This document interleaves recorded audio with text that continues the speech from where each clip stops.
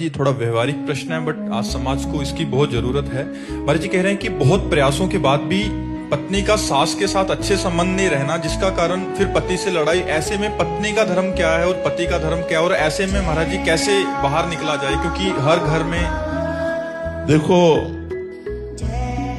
समस्त अशांति का कारण अपनी सुख वासना है, अपनी अनुकूलता है।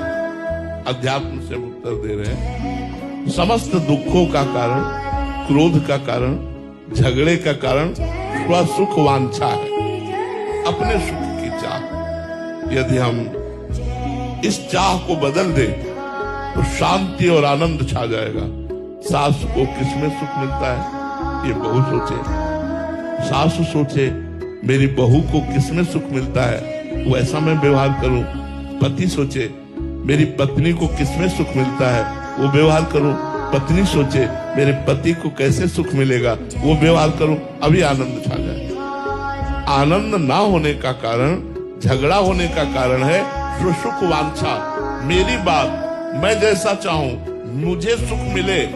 जहां ये बात, वहां झगड़ा होगा, वहां अशांति होगी।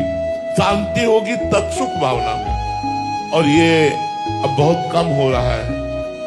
दूसरों को सुख देने की भावनाएं कम हो रही। इसलिए कहीं देखा जाता है वृद्धा सास को बहू पीट दिया, कहीं देखा जाता है सास ससुर और पति तीनों एक हो गए और बहू को पीट दिया, बहू सास को पीट दिया।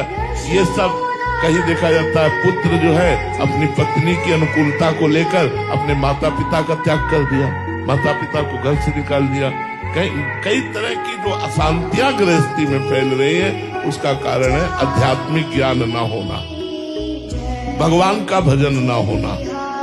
अध्यात्म से दूर होने पर स्वार्थ की परवस्था इतनी बढ़ गई है कि वो अपने पूज्य माता पिता को भी नहीं मानता है। जैसे बहू बन करके आई हो तो तुम्हारे माता पिता पूज्य जैसे, ऐसे पति के माता पिता पूज्य हैं, उनको माता पिता की भांति प्यार करो।